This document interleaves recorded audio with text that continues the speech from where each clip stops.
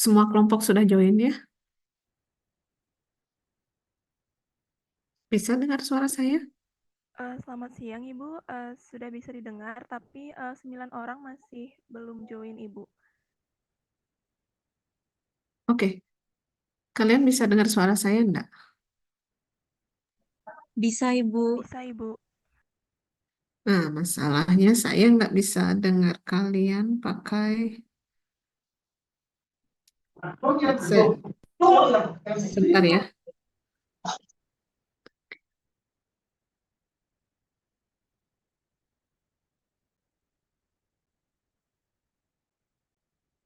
Oke,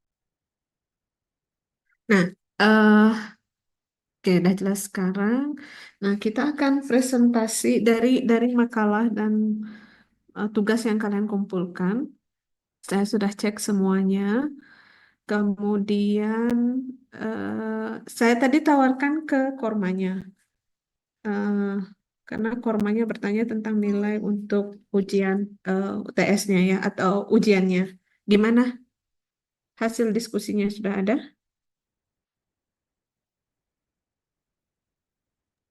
Mmm, eee, dari hasil diskusinya, untuk nilainya bisa diambil dari tugas Ibu.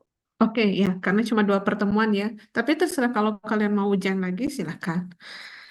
Oke, kalau mau diambil dari tugas, saya ambilkan dari papernya karena papernya itu itu eh, pekerjaan kalian udah banyak juga di situ ya. Kemudian hari ini kita akan menyimak presentasi. Tidak semua kelompok bisa presentasi karena waktunya terbatas. Mungkin saya ambil representatif untuk topik obat tradisional dan untuk kosmetika, natural based kosmetik ya. Jadi kosmetik yang berbahan alam. Eh, nah, untuk yang pertama, saya akan invite eh, kelompok A1 untuk presentasi. Kemudian setelah kelompok A1 nanti kelompok A2. Kemudian setelah kelompok A2 nanti kelompok B9, kemudian B12.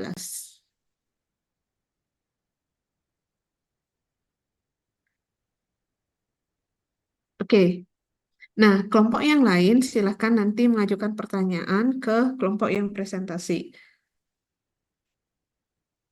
Ibu, Nanti yang jawab, ya gimana? bisa diulang untuk kelompoknya Ibu? Oh, kelompoknya, oke. Kelompok yang pertama presentasi, kelompok A1, dah 10 menit presentasi, kemudian setelah kelompok A1 presentasi, kelompok A2 yang presentasi sama 10 menit. Kemudian setelah kelompok A2 kita diskusi sekitar 20 menit ya maksimal. Kemudian setelah itu presentasi, setelah diskusi, kemudian yang presentasi adalah kelompok B9, kemudian kelompok B12, kemudian kita presentasi 20 menit. Kita diskusi 20 menit. Nah, kelompok yang lain silahkan nanti eh, apa berpartisipasi di diskusi. Silahkan mengajukan pertanyaan atau mengeluarkan pendapat Anda ya, menyampaikan pendapat Anda terkait dengan presentasi dari kelompok presenter maupun pertanyaan dari teman Anda. Jelas?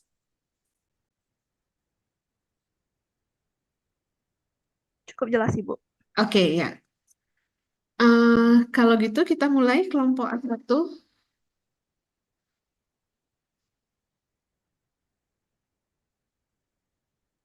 Baik, Ibu, mohon ditunggu sebentar, Ibu. Oke ya.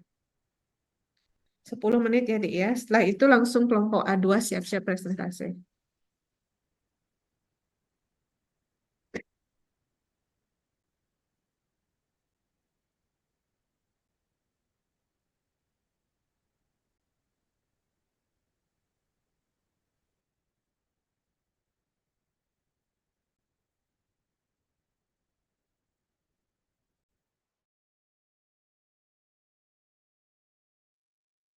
Saya izin share screen ya, Ibu.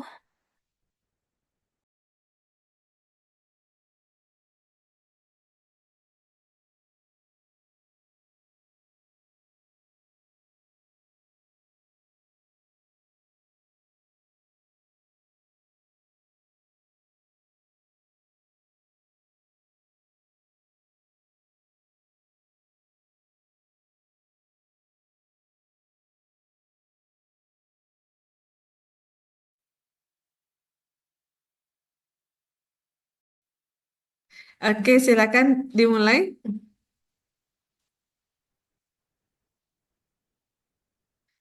Kayaknya Eh, Jumat kemarin ya.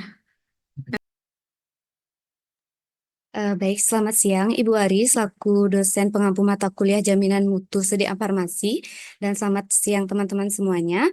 Kami dari kelompok 1 kelas A akan mempresentasikan terkait hasil diskusi kelompok kami mengenai pengembangan dan penjaminan mutu bahan alam sebagai bahan baku sirup herbal.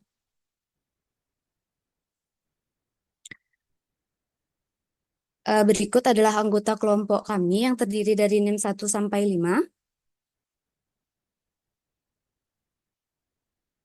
Adapun topik bahasan pada tugas ini yaitu yang pertama ada pendahuluan, yang kedua ada tinjauan pustaka, yang ketiga ada metode, yang keempat ada pembahasan, dan yang terakhir ada kesimpulan. Baik, presentasi akan saya mulai dari pendahuluan, di mana Indonesia dengan kekayaan rempah-rempah dan tumbuhan berkhasiat memiliki warisan budaya yang mendalam dalam penggunaan bahan alam sebagai obat. Penggunaan obat bahan alam semakin meningkat seiring dengan berkembangnya media informasi yang mendukung kesadaran masyarakat akan kesehatan. Pengembangan tanaman obat bahan alam harus didasarkan pada penelitian yang sistematis. Penelitian ini mencakup identifikasi tanaman, analisis kandungan senyawa aktif, serta uji klinis untuk menentukan efektivitas dan keamanannya.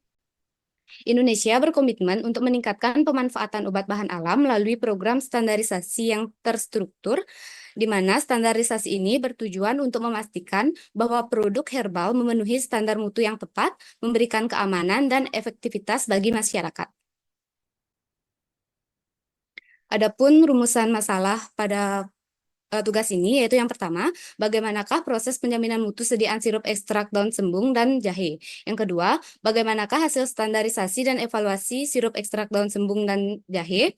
Dan untuk tujuannya yaitu yang pertama, untuk mengetahui proses penjaminan mutu sediaan sirup ekstrak daun sembung dan jahe. Yang kedua, untuk mengetahui hasil standarisasi dan evaluasi sediaan sirup kombinasi ekstrak daun sembung dan jahe.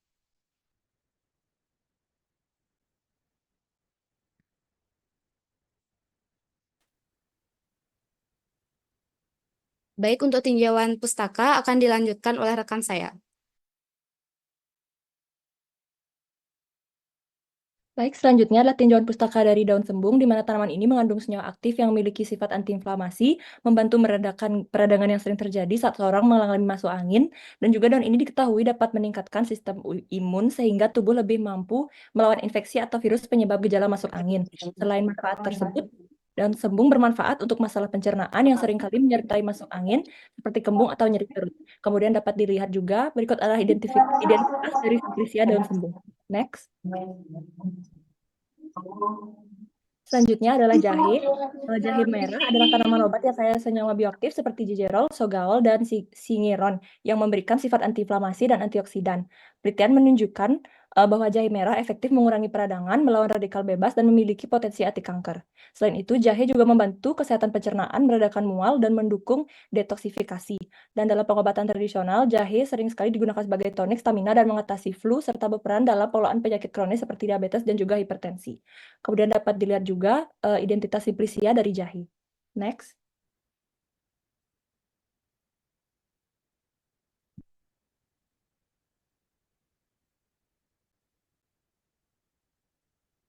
Baik, selanjutnya dilakukan uji makroskopis, yaitu standarisasi mikroskopis, dapat dilakukan melalui pengamatan organoleptik menggunakan 5 indera. Kemudian untuk mikroskopis, memberikan gambaran tentang struktur anatomi jaringan spesifik dari suatu tanaman, sehingga memungkinkan identifikasi jenis Simplicia berdasarkan fragmen pengenal yang ada di dalamnya. Next.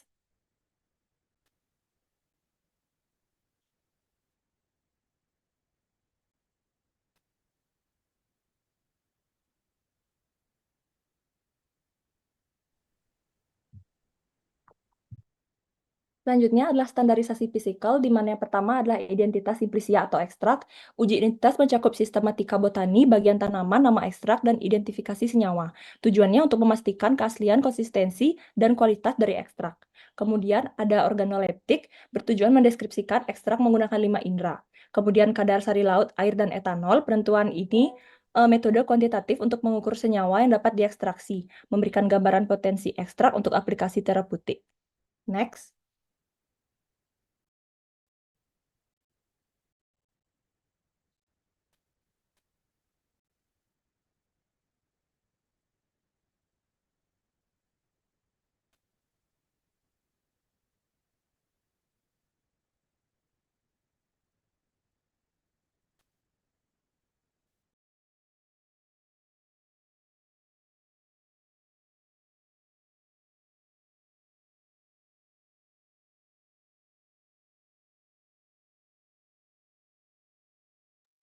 Belum gerak slide-nya. Hilang. Mohon maaf Ibu, sepertinya temannya ada masalah jaringan, jadi slide-nya keluar. Hmm. Mungkin di backup sama yang lain. Iya Ibu, mohon tunggu sebentar, ini masih dicoba lagi.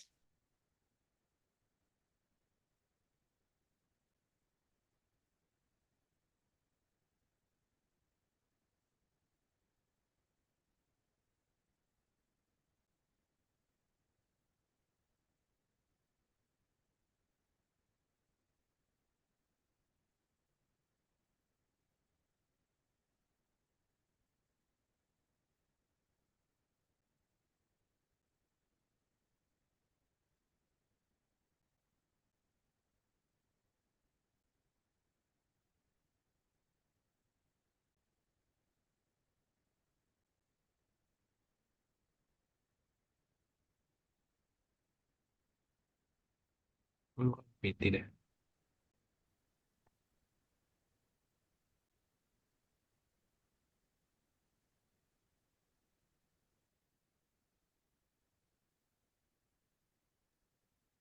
Baik, saya lanjutkan. Kemudian untuk parameter non-spesifiknya terdapat sudut pengeringan, kadar air, kadar abu total, kadar abu larut asam, dan juga rendemen ekstrak. Next. Selanjutnya ada standarisasi chemical, yaitu uji kandungan kimia ekstrak mencakup analisis pola kromatogam dan kadar total senyawa kimia. Kemudian untuk standarisasi biological, parameter cemaran mikroba menganalisis keberadaan mikroba patogen untuk memastikan usia atau umur dan bebas dari mikroba berbahaya. Takutnya nggak nyaman kan untuk di Untuk evaluasi kesejahteraan ada uji organoleptik, uji pH, uji viskositas, uji homogenitas, uji volume terpindahkan, dan juga uji bikin uji. minum ya Bu ya. Terima kasih. Selanjutnya untuk metode kerja akan dilanjutkan oleh rekan saya. Isinya Ini Bu, dari ada Next. kue. Ini Bu, Yang pertama untuk silakan. biaya Ya, terima kasih. dimulai dari tahap yaitu pembenihan, penanaman dan pemeliharaan serta pemanenan. Bibit jahe yang dipilih harus yang berkualitas.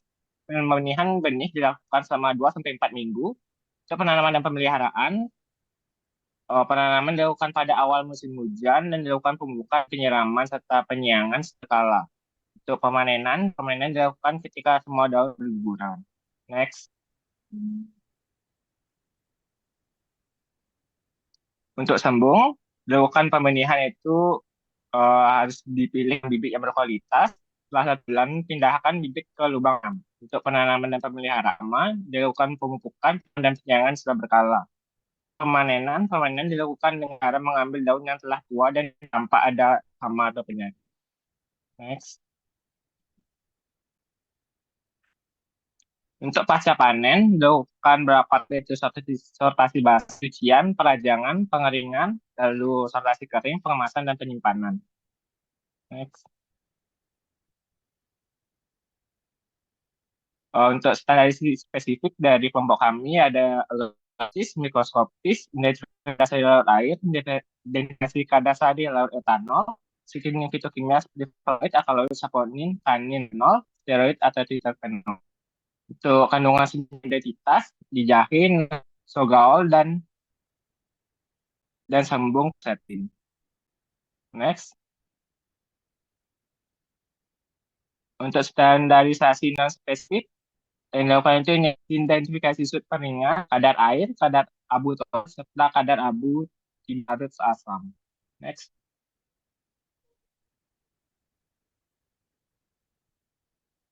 Untuk pengujian biologinya, kita melakukan ALT kapang kamir.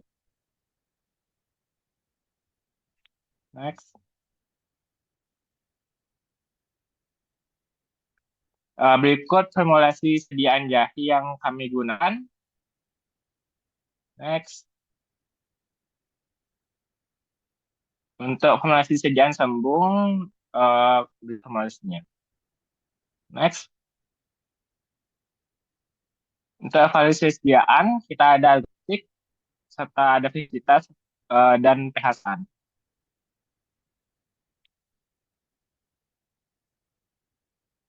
Untuk pembahasan, saya serahkan ke teman saya.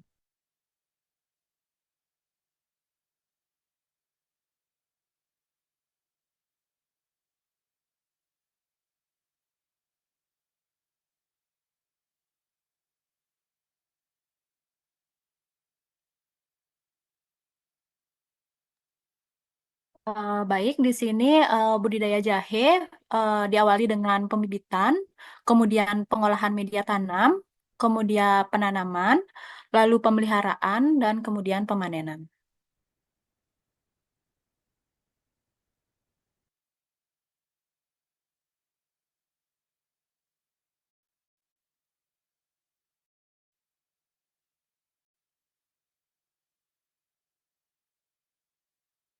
Baik, di sini ada pasca panen jahe dimulai dari sortasi basah dan pencucian, kemudian perajangan, lalu pengeringan, kemudian penyortiran kering, lalu pengemasan, dan kemudian penyimpanan.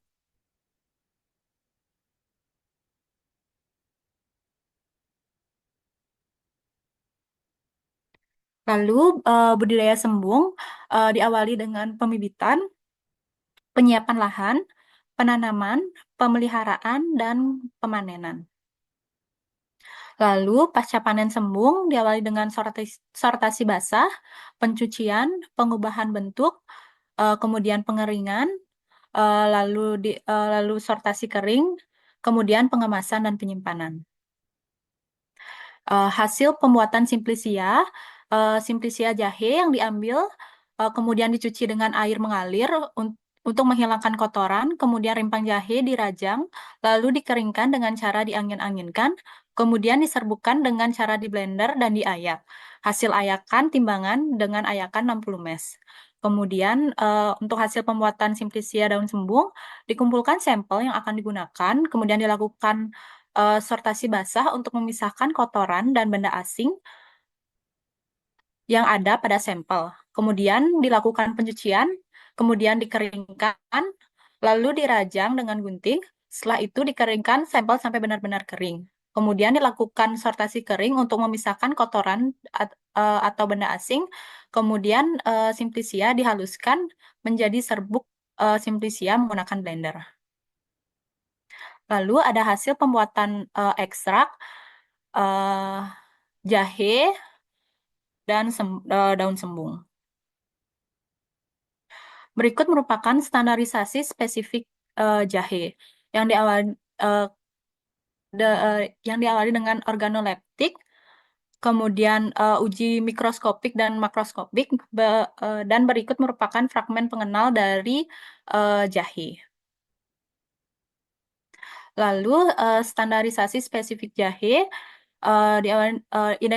berikut merupakan hasil identifikasi kadar air, larut air, dan kadar sari larut etanol.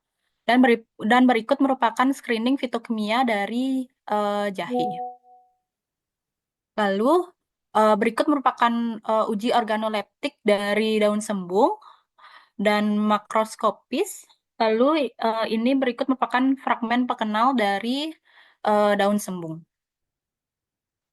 Lalu berikut merupakan uji identifikasi kadar sari larut air dan sari larut etanol dari daun sembung. Maaf, ini daun sembung. Kemudian berikut merupakan screening fitokimia daun sembung dan kandungan senyawa flavonoid ekstrak metanol daun sembung. Berikut merupakan standarisasi non-spesifik jahe Yang di jenis pengujiannya, susut pengeringan, kadar air, bobot jenis, abu total, abu larut air, abu tidak larut air. Standarisasi non-spesifik dari sembung eh, terdiri atas susut pengeringan, kadar air, bobot jenis, bobot larut air, dan abu larut etanol. Baik, selanjutnya akan dipresentasikan oleh rekan saya.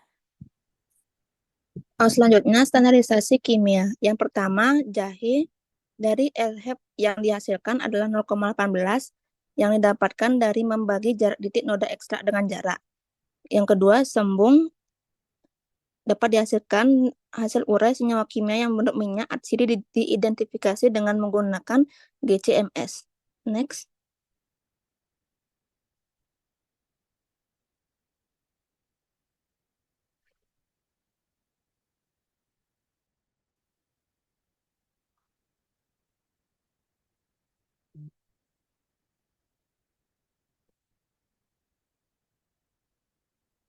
Selanjutnya, standarisasi biologi.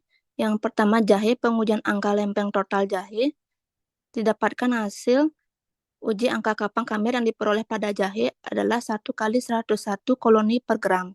Kemudian pengujian angka kapang kamer jahe didapatkan hasil tidak adanya koloni yang tumbuh. Next. Kemudian uji antibakteri pada daun sembung didapatkan hasil membentuk diameter yang besar terdapat pada bakteri UGS aureus dan P. aeruginosa, ekstrak yang dapat menghambat besar zona hambat yang besar terhadap kedua bakteri uji tersebut, yaitu ekstrak etil asetat. Next. Kemudian uji anti jamur didapatkan hasil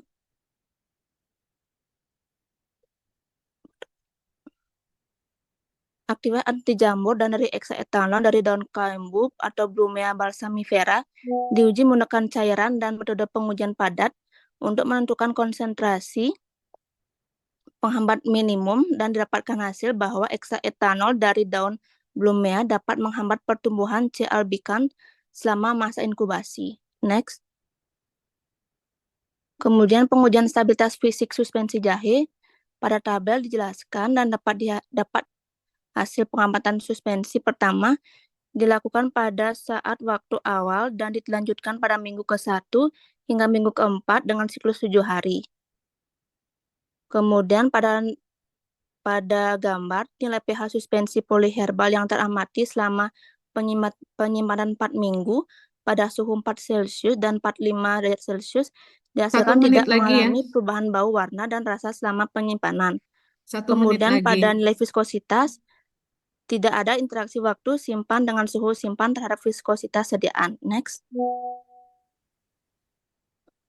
Pada stabilitas suspensi sembung didapatkan hasil menggunakan SPSS menunjukkan bahwa pemberian NaCmC sebagai kontrol negatif ekstrak daun sembung dengan konsentrasi 1%, ekstrak daun sembung dengan konsentrasi 2%, dan 3% sebagai kontrol positif memberikan efek yang berbeda nyata terhadap efek diuresis pada tikus. Next. Baik, selanjutnya adalah kesimpulan.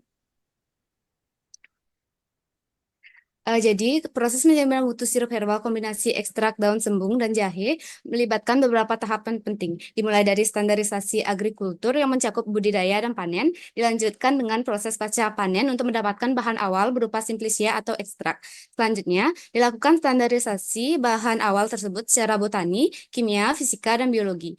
Standarisasi ini meliputi pemeriksaan makroskopis, mikroskopis, organoleptis, kadar air, kadar abu, dan cemaran mikroba, serta profil kromatografi untuk identifikasi kimia. Setelah bahan diformulasikan menjadi sirup, sirup tersebut dievaluasi melalui uji stabilitas yaitu pH, organoleptis, dan viskositas guna memastikan kualitas dari produk akhir. Proses pengembangan dan penjaminan mutu sirup herbal kombinasi ekstrak daun sembung dan jahe mengikuti standar yang telah ditetapkan dalam Pustaka Farmakope Herbal Indonesia dan jurnal acuan lainnya.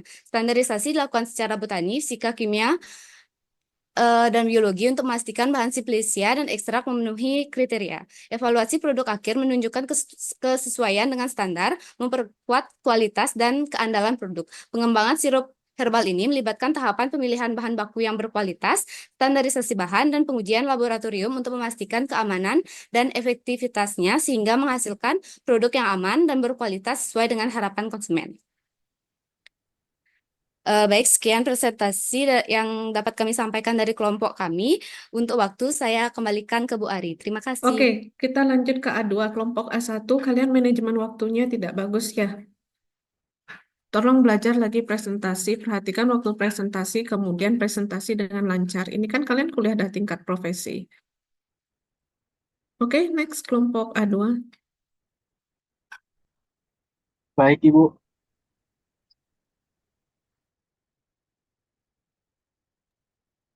Halo, apakah suara saya terdengar, Ibu? Iya, kedengaran. Baik, Ibu. Izin share screen.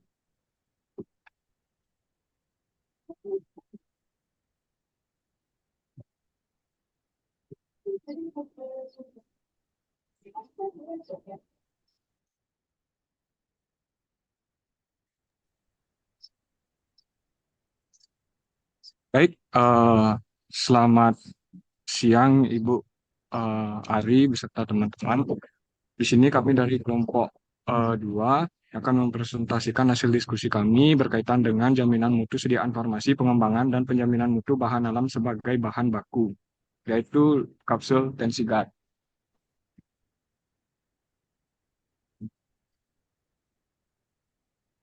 Berikut adalah nama anggota kelompok kami yang dimana diawali dari NIM 006 sampai NIM 010.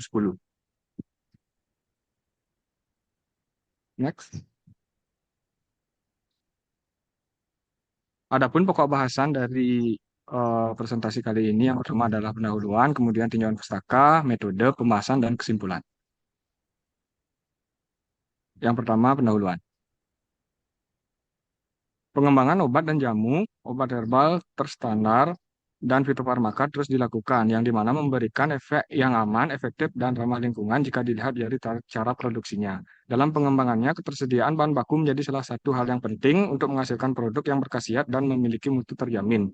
Ada dua jenis bahan baku, yang dimana yang pertama adalah bahan baku terstandar, itu dipengaruhi oleh daerah, asal tumbuh bahan baku, varietas, umur, tanaman, atau masa panen. Kemudian bahan baku yang tidak terstandar itu dapat menyebabkan variasi terhadap kandungan kimia dan efek yang dihasilkan serta menyebabkan kegagalan dalam memenuhi persyaratan pendaftaran. Obat bahan alam telah digunakan untuk pemeliharaan kesehatan dan gangguan penyakit, yang dimana ada standar untuk obat bahan alam yang disebut standar farmaseutikal yang dibagi menjadi 4. Yang pertama standar kimia, fisika, biologi, dan standar farmasi. Standarisasi memberikan jaminan terhadap produk akhir obat tradisional. Fitofarmaka adalah obat tradisional dari bahan alami yang telah ditunjang dengan bukti ilmiah yang dibuktikan dengan pengujian preklinik dan uji klinik pada manusia dengan kriteria memenuhi syarat dan keamanan. Produk fitofarmaka yang beredar di Indonesia saat ini adalah Tensigard dengan indikasi menurunkan tekanan darah. Cara untuk menurunkan tekanan darah ini ada berbagai cara. Yang pertama dengan memodifikasi gaya hidup, meliputi mengurangi berat badan, pembatasan asupan natrium, modifikasi diet rendah lemak, dan pembatasan alkohol. Kemudian ada juga yang menggunakan terapi farmakologi seperti pemberian obat antihipertensi yang banyak dilakukan. Tetapi pengobatan dengan menggunakan obat antihipertensi dalam jangka panjang dapat menyebabkan drug-related problem seperti ketidakpatuhan interaksi obat, alergi, hingga kerusakan organ. Untuk menghindari dan mengurangi efek drug-related problem, dapat digunakan pengobatan dengan bahan alam. Maka dari itu, penulis ingin mengangkat topik makalah dengan judul pengembangan dan penjaminan mutu bahan alam sebagai bahan baku obat dan sigat. Adapun rumusan masalah dari kelompok kami yang pertama, rumusan masalah bagaimana proses penjaminan mutu sediaan kapsul ekstrak seledri dan ekstrak kumis kucing pada kapsul Tensigard. Kemudian bagaimana hasil standarisasi dan evaluasi kapsul ekstrak seledri dan ekstrak kumis kucing pada kapsul Tensigard. Adapun tujuannya untuk mengetahui proses penjaminan mutu sediaan kapsul ekstrak seledri dan ekstrak kumis kucing pada kapsul Tensigard dan mengetahui hasil standarisasi dan evaluasi kapsul ekstrak seledri dan ekstrak kumis kucing pada kapsul Tensigard.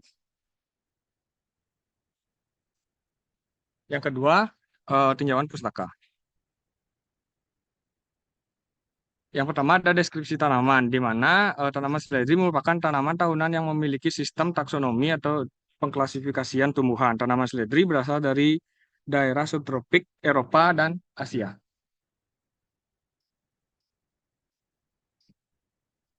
Kemudian adapun kandungan kimia dari tanaman, yang pertama tanaman seledri mengandung senyawa apinin, apigenin, manitol, inositol, aspigra, glutamina, kolina, linamarosa, kalium, dan natrium. Kemudian kandungan kimia dari tanaman kumis kucing secara umum memiliki metabolit sekunder, yaitu senyawa fenolik, terpenoid, dan alkaloid yang kemudian dapat dibagi lagi menjadi kelompok-kelompok kecil.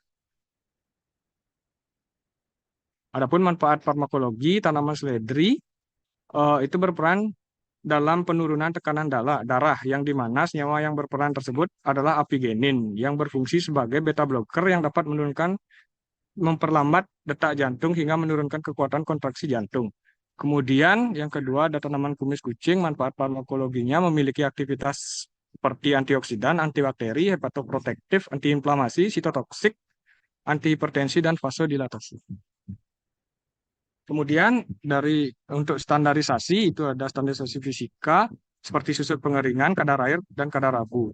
Ada standarisasi kimia dan biologi.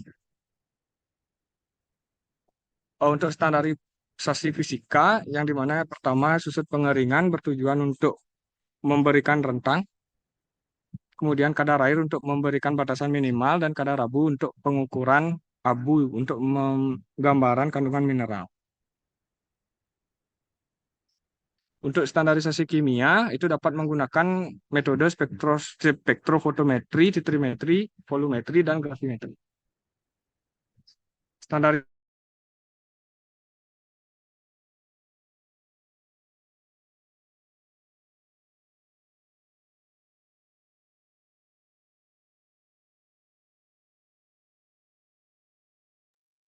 Baiklah, untuk yang bab 3 itu metode kerja. Untuk metode kerja yang pertama yaitu budidaya tanaman, yang dimana dari tanaman seledri atau Apium graveolens itu ada dari syarat tumbuhnya sendiri, lalu dari bahan tanamnya, lalu pada penanaman dan pemeliharaan tanaman, dan juga pada panennya. Lalu untuk yang kedua yaitu kumis kucing, yaitu dari syarat tumbuh, lalu bahan tanam, penanaman, dan panen harus sesuai dengan mutu. Lalu untuk metode pembuatan simplisia itu sendiri, yaitu metode pembuatan simplisianya, yaitu diawali dengan masa pasca panen, yaitu dipanen, kemudian dilakukan pencucian, lalu dilakukan basah, pengeringan, lalu dilakukan sortasi kering, dan dilanjutkan dengan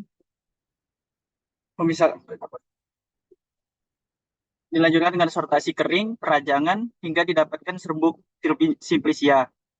Lalu untuk yang kedua yaitu untuk metode ekstraksinya, serbuk simplisia yang diperoleh, kita lakukan ekstraksi dengan menggunakan pelarut etanol 70% selama 9 hari. Kemudian setelah dilakukan maserasi, maserat didapatkan, kemudian kita saring dan dilakukan pengentalan dengan menggunakan metode rotary evaporator pada suhu 40 hingga 50 derajat Celcius.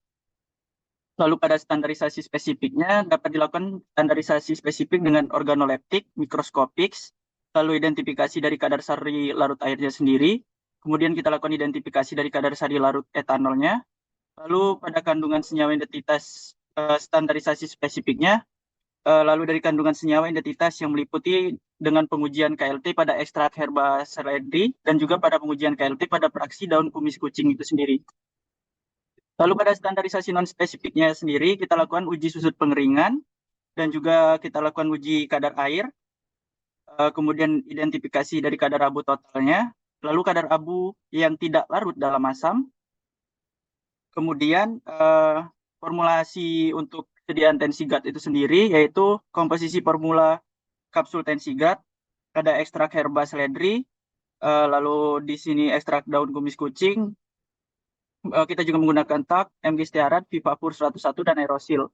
Serbuk ekstrak dibuat dengan menambahkan Vivapur 101 pada masing ekstrak kental herba seledri. Kemudian kita campurkan campuran tersebut, kita keringkan dalam oven 50 derajat Celcius selama 1 jam hingga mendapatkan serbuk yang baik. Kemudian kita lanjutkan dengan pembuatan kapsul. Lalu pada evaluasi sediaannya sendiri, kita lakukan uji keseragaman bobot, uji daya hancur, dan uji higroskopis. Pada pengujian untuk sediaannya, setelah itu kita lakukan uji praklinik, uji farmakodinamik, dan uji klinik. Baiklah, selanjutnya akan dijelaskan oleh teman saya. Selanjutnya adalah pembahasan. Next.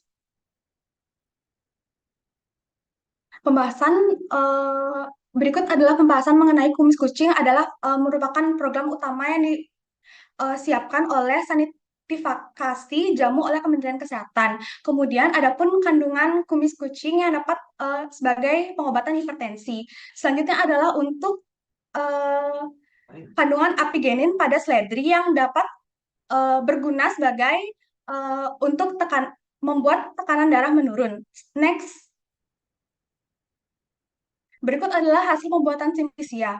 Diperoleh pembuatan hasil simplisia sebanyak 122,40 gram. Selanjutnya adalah sampel seledri, di mana dilakukan menggunakan oven dan penyimpanan simplisia harus diperoleh hasil sebanyak 105 gram. Next. Kemudian adapun hasil ekstraksi dari simplisia daun kumis kucing dan daun seledri. Next. Berikut adalah pengujian simplisia dan ekstrak kumis kucing. Adapun hasil dari organoleptis dan mikroskopis bisa dilihat pada slide di mana hasil mikroskopis dari ekstrak daun kumis kucing. Next.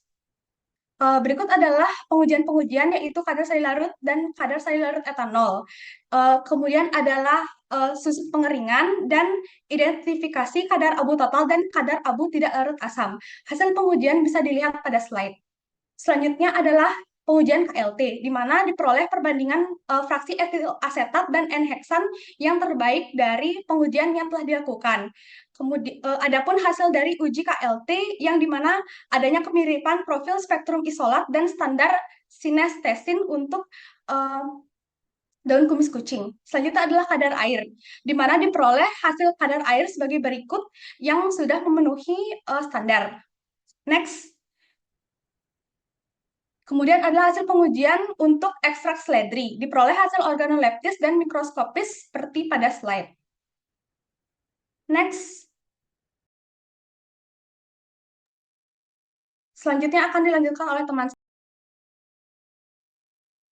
Dan berikut adalah hasil kadar sari larut air, susut pengeringan, dan kadar abu total pada sediaan simplisia seledri. Next. Adapun pengujian KLT pada seledri yaitu didapatkan adanya senyawa apigenin dalam sampel yang dibuktikan dengan perbandingan nilai RF ekstra kiri dan di sebelah kiri dan RF standar yang di sebelah kanan. Next. Selanjutnya yaitu pengujian kadar air, di mana memperoleh hasil kadar air untuk simplisia seledri yaitu 9,30 dan sesuai dengan syarat mutu menurut parameter standar. Next. Selanjutnya yaitu evaluasi sediaan, di mana yang pertama itu keseragaman bobot. Next. Dan uji waktu hancur, dan yang terakhir yaitu uji higroskopis. Next. Selanjutnya yaitu uji fitofarmaka Tensigard, yang dimana didapatkan data toksisitas akut, subkronis, kronis, uji toksisitas akut, yaitu terdapat data klinik uji preklinik, uji efek farmakologi dan kisaran dosis sebagai obat hipertensi, dan uji farmakodinamik sebagai obat antihipertensi. Next. Dan yang nomor 3 yaitu uji teratogenik. Adapun uji data klinik itu terdiri dari lowering blood pressure effect of seledri dan kumis kucing. Dan yang kedua yaitu data uji klinik fase ketiga. Selanjutnya yaitu kesimpulan. Berdasarkan uraian, maka disimpulkan beberapa tanaman yaitu dapat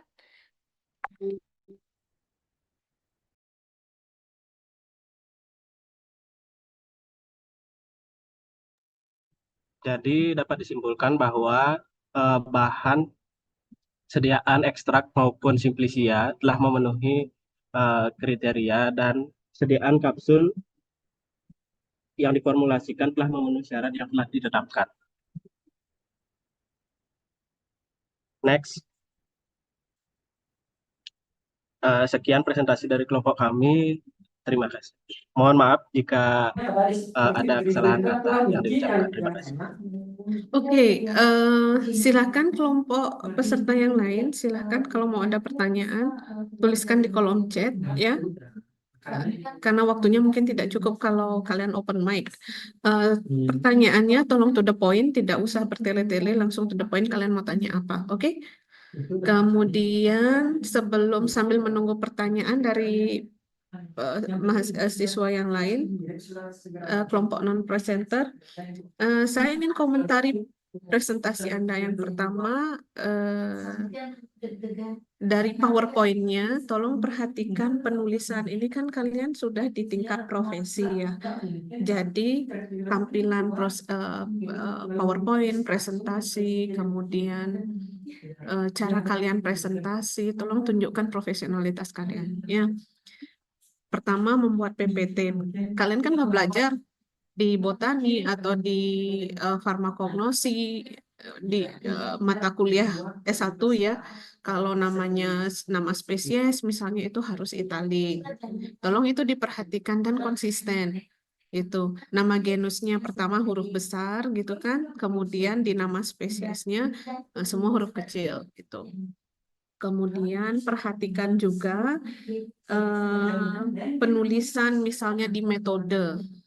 Kalian kan kalau nanti kalian selesai di PSPA, kalian akan menjadi profesional, menjadi apoteker. Kalian mungkin akan bekerja di bagian R&D, di industri, atau di instansi pemerintah atau penelitian yang mungkin mengharuskan kalian membuat protokol, membuat SOP, gitu ya. Jadi biasakan diri kalian itu membuat tulisan itu benar gitu. Misalnya kalau membuat protokol kan kalian akan membuat tahapan kerja, cara kerja, misalnya protokol kerja untuk uji apa gitu, atau protokol kerja untuk pengujian B gitu misalnya. Nah, di situ kan ada tahap-tahapannya dan perhatikan. Misalnya suhu itu satuannya apa yang dipakai? Celsius kah? Kemudian 60 derajat Celsius, penulisan yang benar untuk derajat tuh yang hal sekecil itu harus kalian perhatikan karena yang akan memakai atau menggunakan protokol itu kan banyak orang gitu. Jadi biasakan diri teliti, oke? Kemudian seperti tadi di kelompok A1 saya lihat menguapkan ekstrak di atas water bath suhu 600 Celsius gitu. Itu kan impossible ya. Kita nggak akan kerja menguapkan ekstrak di suhu 600 Celsius gitu. Nggak ada itu. Itu diperhatikan. Kemudian kesimpulan dari yang saya perhatikan dari dua kelompok ini, kalian kan sebenarnya sudah buat tuh, sudah bagus, ada rumusan masalah, kemudian ada tujuan pembuatan paper ini, kenapa kalian pilih topik itu. Kemudian di kesimpulan-kesimpulan itu sebenarnya menggambarkan dari tujuan kalian itu udah tercapai atau belum gitu. Jadi buat ringkas aja, tidak narasi sebanyak itu yang seperti yang ditampilkan di slide PPT tadi. Ya, untuk kesimpulan. Jadi, apa yang menjadi rumusan masalah? Ya, jawabannya ada di kesimpulan itu, gitu. Nah, itu aja untuk kelompok A1 dan A2. Kemudian, tadi kelompok A1 ya, mengenai standarisasi biologis. Standarisasi biologis pada dasarnya adalah prosedur standarisasi yang tujuan utamanya kita melihat ada tidaknya cemaran mikroba. Kalau untuk pengujian aktivitas itu sebenarnya masuk dalam penilaian untuk efikasi atau penilaian kemanfaatan suatu produk. Jadi tidak pas juga kalau kalian masukkan itu di standarisasi biologis. Memang sama-sama misalnya uji antibakteri, uji menggunakan mikroba, tetapi kan tujuannya berbeda. Kalau untuk standarisasi biologis untuk meyakinkan kita bahwa tidak ada cemaran di situ, cemaran mikroba, angka kapang, kamir. Kalau pengujian aktivitas itu lebih pada aspek memberikan bukti ilmiah atau evidence tentang efikasinya atau kemanfaatannya, apakah sesuai dengan klaim yang di khasiat yang diklaim atau manfaat yang diklaim oleh produk yang dibuat atau tidak gitu. Jadi pengujian aktivitas ada di situ, jadi dipisahkan ya Dek ya. Oke, kalian sudah punya beberapa pertanyaan di kolom chat. Mungkin tidak bisa semua kalian jawab on mic.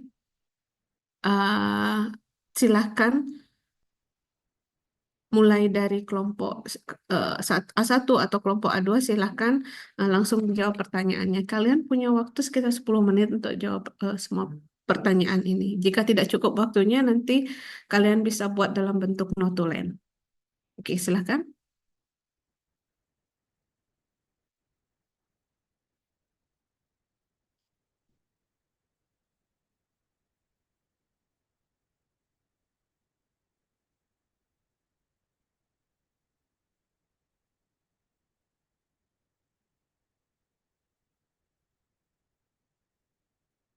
Tidak ada yang mau jawab dari kelompok A1 atau A2? Atau kelompok yang lain mungkin bisa membantu menjawab.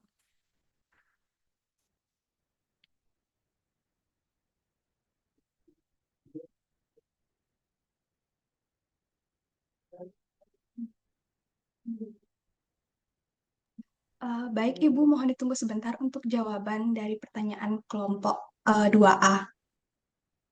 Kenapa harus menunggu? Kenapa nggak langsung? Kalau kita tanya jawab, mesti direspon dalam waktu kurang dari 3 detik loh. Baik, Ibu, saya izin menjawab. Mungkin dari sepengetahuan saya, yaitu dari pertanyaan yang diberikan, yaitu apa pertimbangan dilakukan ekstraksi selama 9 hari. Dari pertimbangan kami, yaitu di mana 9 hari adalah termasuk dengan proses remaserasi, di mana untuk memaksimalkan senyawa-senyawa metabolit sekunder yang terdapat dari daun seledri yang akan ditarik. Mungkin seperti itu, Ibu. Oke, yang bertanya puas? Mungkin kalian bisa cek satu kali proses ekstraksinya berapa, karena itu kan udah include ekstraksinya ya dengan remasterasi atau apa. Mungkin kalian bisa satu cycle-nya berapa lama, karena 9 hari itu terlalu lama.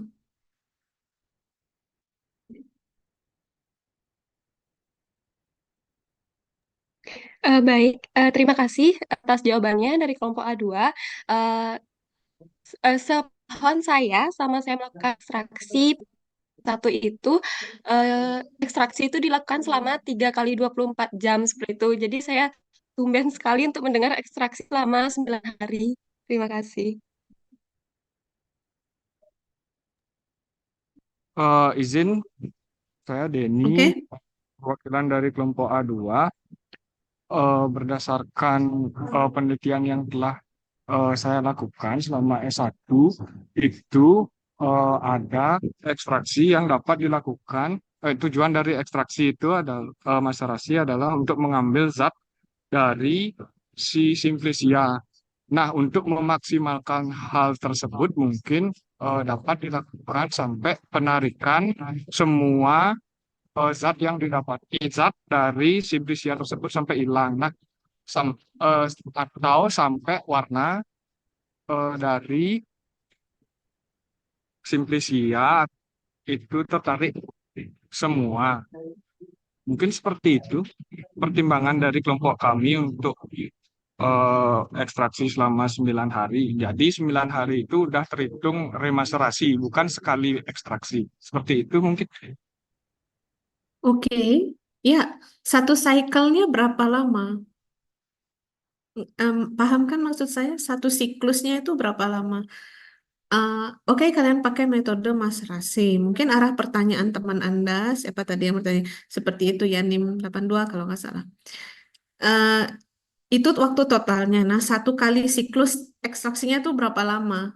Jadi kalau Mas-Rasi didiamkan berapa jam gitu, atau berapa hari gitu untuk satu siklusnya. Paham maksudnya?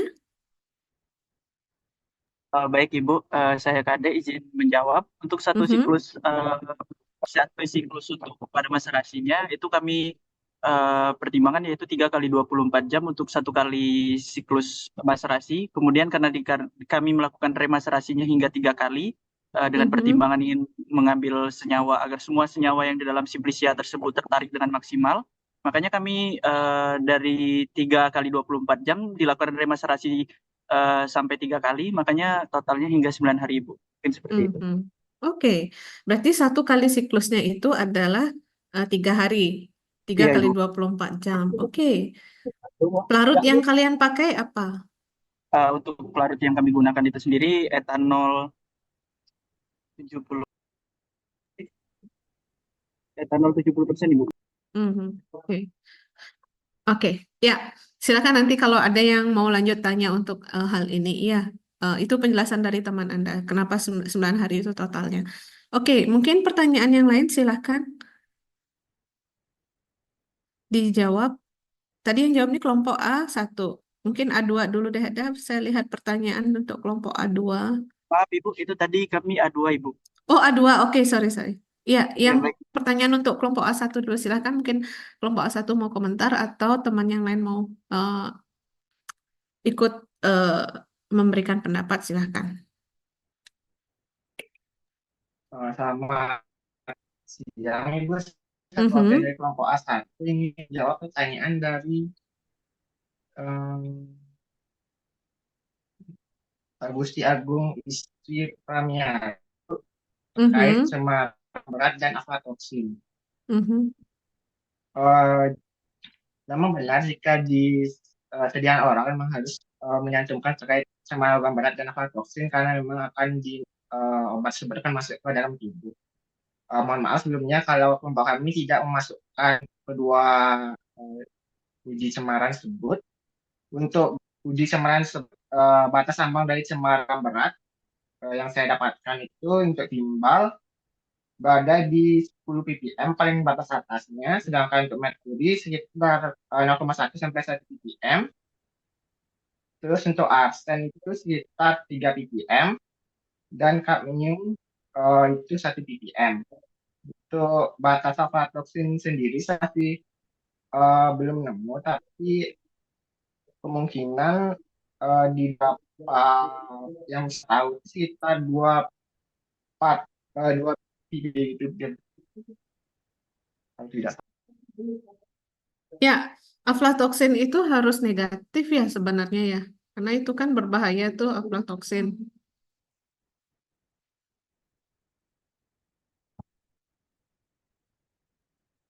Oke, tapi coba cari di apa namanya acuan standar. Ada nggak ditetapkan nggak minimumnya? Setahu saya tuh mesti negatif. Oke, untuk cemaran logam berat, Anda pakai patokan dari mana? Acuannya dari mana? Apakah dari WHO atau dari mana? saya nemunya dari WHO-nya, Bu. Iya, oke, oke. Berarti standar dari WHO. Oke, baik. Ya, ada lagi yang mau dikomentari atau bisa dijawab? Kita mungkin, oke, sisa waktunya masih sedikit ya. Mungkin bisa pakai 2 menit lagi untuk menjawab pertanyaan yang belum terjawab.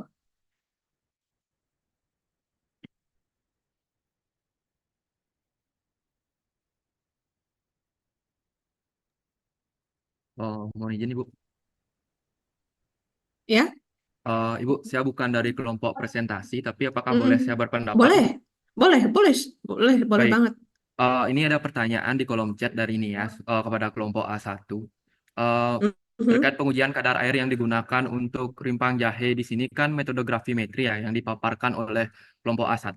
Pertanyaan darinya, apakah pertimbangan menggunakan metode tersebut mengingat jahe kan mengandung minyak atsiri dan apakah terdapat metode lain yang dapat digunakan? Berdasarkan mata kuliah yang saya ingat di sarjana kemarin, bahwa untuk simplisia ataupun ekstrak yang mengandung minyak atsiri, alangkah baiknya menggunakan metode asiotropi, Bu. Karena jika menggunakan metode gravimetri itu kalau menurut pandangan saya itu memang kurang tepat, Ibu, karena adanya kandungan minyak atsiri itu membuat hasil penimbangan itu bisa berubah-ubah, Bu, atau kan disarankan biar hasil penimbangan itu perbedaannya itu tidak lebih dari 0,25. Karena adanya minyak atsiri itu mungkin saya bisa berubah-ubah dan tidak akurat penimbangannya. Makanya disarankan menggunakan metode asiotropi. Mungkin itu sih, Bu, pandangan saya terkait dengan penetapan kadar air untuk untuk topik ini, Bu, seperti itu. Oke, makasih Sindu. Oke, bagus. Kalau ada minyak atsiri, kita akan lebih prefer ke metode asiotropi. Kira-kira kalau kita pakai metode gravimetri, parameter apa yang akan kita dapatkan? Maksud saya, apakah benar itu kita bisa laporkan sebagai kadar air, atau ada istilah atau parameter yang lebih tepat yang bisa digambarkan dengan metode gravimetri, hasil dari metode gravimetri. Kalau kalian lakukan metode gravimetri.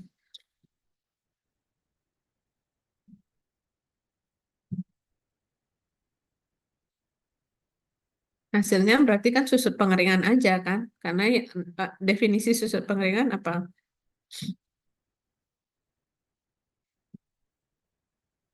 Susut pengeringan ekstrak atau susut pengeringan simplisia? Bukan mencerminkan kadar air. Oke? Tolong itu diperhatikan ya. Jadi pemilihan metode, kapan kita memilih misalnya untuk menetapkan, kalau tujuannya adalah menetapkan kadar air, kapan kita memilih menggunakan metode gravimetri, kapan kita memilih menggunakan metode asiotropis, misalnya destilasi toluen. Oke? Saya rasa waktu kita untuk presentasi, tanya jawab habis ya. Sekarang kita lanjut untuk topik yang kedua, kosmetik. Nah, untuk pertanyaan yang belum terjawab, nanti silakan kalian bisa buat notulen ya, kelompok yang presentasi, atau mungkin saya nanti wrap up aja terakhir ya. Terakhir setelah presentasi kelompok 2. Ya, oke. Kita lanjut presentasi untuk topik yang kosmetik tadi, yang perwakilan yang presentasi itu adalah kelompok B9 dan B12. Baik, Ibu. Ya. Saya dari kelompok B9 izin untuk men-share screen. Ya. Oh, ini Yayan bertanya. Oke, sambil menunggu teman Anda share screen ya. Kadar abu tidak ada di FHI itu memang tidak ada, ya, tidak ada istilah kadar abu tidak larut air ya. Kadar abu tidak larut asam. Betul, koreksi dari Yayan. Oke, tolong diperhatikan kelompok A1 ya. Mudah-mudahan itu hanya typo. Kemudian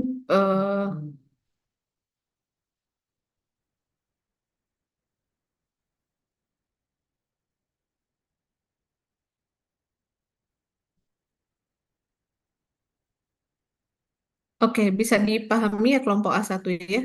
Coba buka lagi FHI. Nggak ada, yang ada itu adalah kadar abu total, kadar abu tidak larut asam.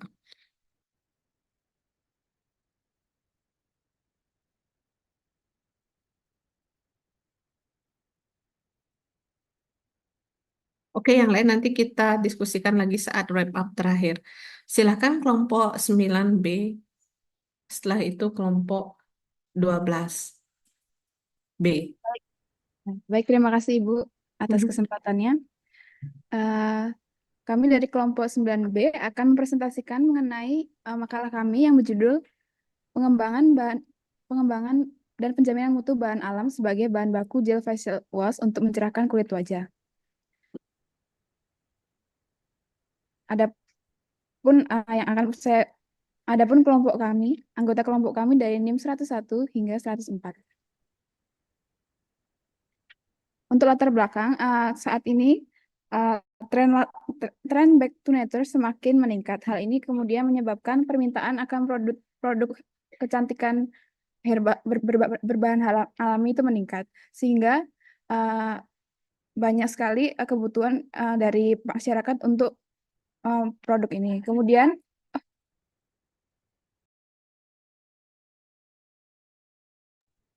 selanjutnya untuk tren back to nature ini membuat masyarakat memiliki kesadaran akan dampak jangka panjang dari bahan sintetis, dan masyarakat memiliki kepercayaan bahwa senyawa aktif itu lebih aman dibandingkan dengan bahan-bahan sintetis. Next.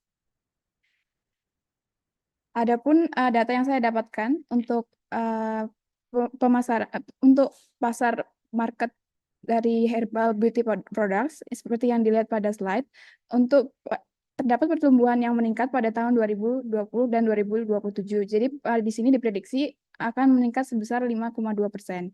Dan berdasarkan data juga pada tahun 1990 hingga 2000, penggunaan bahan alami dalam kosmetik itu mengalami peningkatan. Maka dari itu bisa dilakukan pengembangan produk facial wash dari bahan alami, yaitu dari buah duku Lancium domesticum dilihat dari khasiatnya.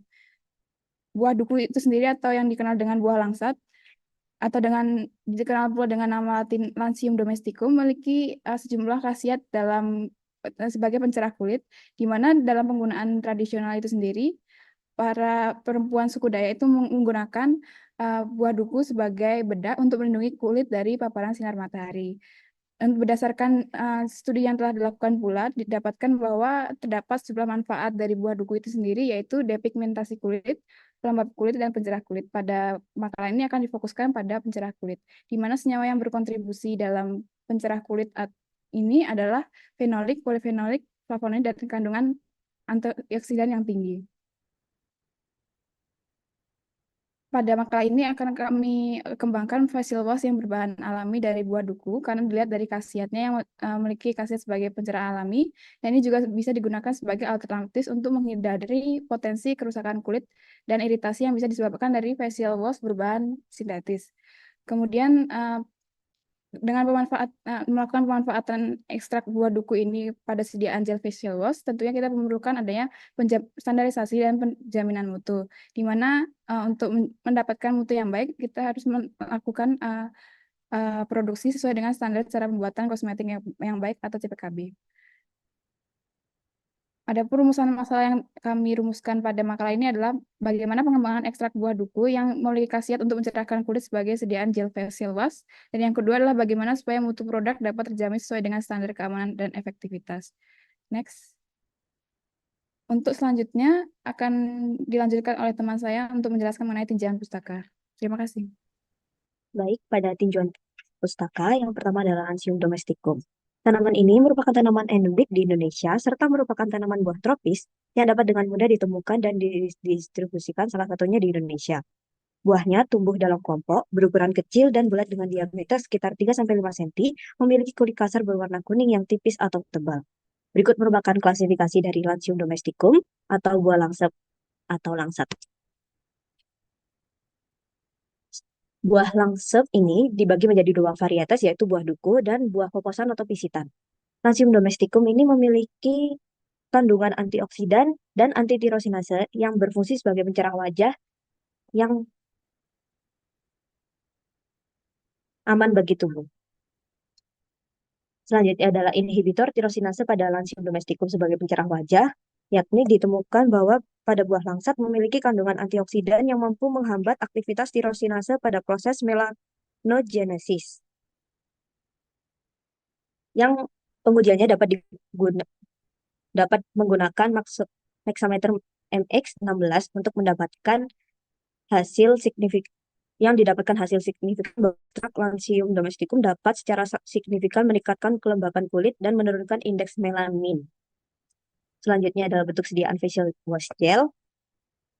Pemilihan gel pada sediaan ini karena formulasi gel lembut pada kulit sehingga tidak menimbulkan iritasi terhadap kulit. Dalam pembuatannya, facial wash dalam bentuk gel memerlukan komponen utama yaitu gelling agent. Lalu standar penjaminan mutu kosmetik yakni diatur pada peraturan BPOM tahun nomor 31 tahun 2020 yang diketahui bahwa untuk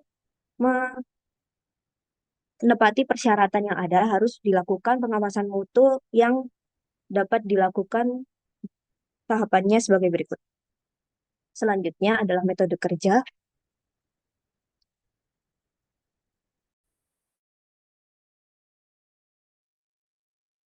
Baik, mohon izin untuk melanjutkan presentasi terkait dengan metode kerja ini dibagi menjadi 6 yang mana pada nanti dijelaskan lebih rinci pada saat pembahasan. Yang pertama yaitu pembuatan ekstrak Lansium domesticum. Next.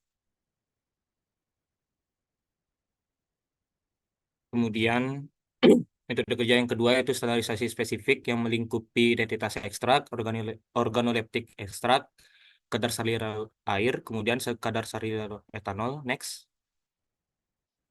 Kemudian yang ketiga yaitu standarisasi non-spesifik. Yang pertama adalah susut pengeringan. Next. Kemudian ada kadar air, kadar abu total, kadar abu tidak larut asam. Kemudian ada cemaran logam berat timbal, cemaran logam berat kadmium, cemaran mikroba ALT bakteri. Kemudian yang terakhir cemaran mikroba kapang kamir. Kemudian yang keempat adalah uji stabilitas fisik sediaan yang melingkupi organoleptik gel, kemudian uji pH, uji homogenitas, uji daya sebar, kemudian uji daya lekat, dan juga uji viskositas. Selanjutnya yaitu yang kelima yaitu uji stabilitas mikrobiologi, yang mana tahapannya melingkupi yang pertama pembuatan medium agar, kemudian peremajaan bakteri, yang ketiga pembuatan standar kekeruhan larutan, yang keempat adalah pembuatan suspensi bakteri uji, dan yang terakhir uji mikrobiologi, serta metode kerja yang terakhir yaitu uji efektivitas pencerah, yang mana tahapannya yaitu uji klinis penentuan indeks melanin kulit, dan yang kedua uji aktivitas penghambat enzim tirosinase atau antitirosinase. Baik, sekian dari metode kerja, kemudian untuk pembahasan dilanjutkan oleh teman saya. Terima kasih. Baik, selanjutnya saya akan menjelaskan mengenai penjelasan umum Lansium domesticum, yang dimana pengembangan produk kosmetik itu diperlukan jaminan mutu dan pengawasan mutu. Dan dalam penelitian ini bertujuan untuk mengembangkan gel facial wash berbahan dasar buah Lansium domesticum yang dikenal sebagai agen pencerah. Adapun buah duku itu memiliki berbagai kandungan gizi seperti triterpenoid, flavonoid, dan antioksidan. Bisa next. Berikut merupakan komposisi zat gizi duku per 100 gramnya. Baik, selanjutnya merupakan kandungan fitokimia di mana kita ketahui tirosinase adalah enzim kunci dalam sistem melanin yang menjadikan target utamanya untuk inhibitor melanogenesis. Buah duku ini memiliki kandungan fitokimia yang berfungsi sebagai inhibitor tirosinase. Menurut dari penelitian Tiller et al. 2018 bahwa menunjukkan kombinasi dari ekstrak Lansium dan hibiscus ini pada konsentrasi 2% mampu menghambat tirosinase hingga 49,37% dan berpotensi sebagai bahan aktif kosmetik pencerah. Selanjutnya. Berikut yang kita pilih adalah bentuk sediaan face wash gel, di mana face wash gel ada pembersih wajah berbentuk gel dengan busa yang cocok untuk kulit sensitif. Dan gel itu merupakan sistem semi padat yang larut dalam air sehingga mudah digunakan. Adapun formulasi dari pembuatan sediaan gel dimulai dari yang bisa dilihat di slide. Baik, selanjutnya. Lalu kemudian jaminan mutu ekstrak. Bahan baku tumbuhan dalam pembuatan kosmetik itu harus memiliki standar mutu spesifik dan non-spesifik. Tujuannya adalah agar bahan baku seperti buah duku ini memenuhi standar CPKB dengan persyaratan mutu. Lalu adapun parameter standarisasi spesifik dan non-spesifik bisa dilihat di slide. Lalu kemudian identitas ekstrak, di mana identitas suatu bahan itu dipastikan kebenarannya untuk menghindari kesalahan dalam proses pengumpulan bahan baku. Berikut karena merupakan langkah krusial yang harus diambil adalah melakukan determinasi tanaman, melibatkan identifikasi yang cermat terhadap nama dan jenis tumbuhan secara spesifik, menggunakan metode ilmu yang akurat sehingga seperti klasifikasi morfologi, uji laboratorium, dan referensi terhadap literatur botanik. Lalu ada pun organoleptik ekstrak yang mencakup pengamatan terhadap bentuk, bau, dan rasa ekstrak tersebut. Bisa di next. Selanjutnya ada kadar sari larut air yang mana untuk menentukan jumlah senyawa yang dapat larut dalam air dan mengenai presentasi senyawa yang dapat diekstraksi menggunakan pelarut air. Selanjutnya, adapun kadar sari larut etanol di mana tidak hanya mencerminkan efisiensi ekstraksi, tetapi juga berfungsi sebagai indikator kualitas ekstrak karena senyawa aktif yang larut dalam etanol umumnya memiliki sifat biologis yang signifikan. Baik, selanjutnya akan dijelaskan teman saya. Baik, terima kasih. Izin melanjutkan presentasi terkait dengan standarisasi non spesifik. Yang pertama yaitu susut pengeringan yang mana uji ini dilakukan pada suhu 105 derajat Celcius selama 30 menit untuk mengukur zat yang hilang selama pengeringan termasuk air dan senyawa dengan titik didih terendah yang bertujuan untuk menilai kualitas simplisia dengan syarat susut pengeringan kurang dari 10%. Hasil uji ini memberikan batasan maksimal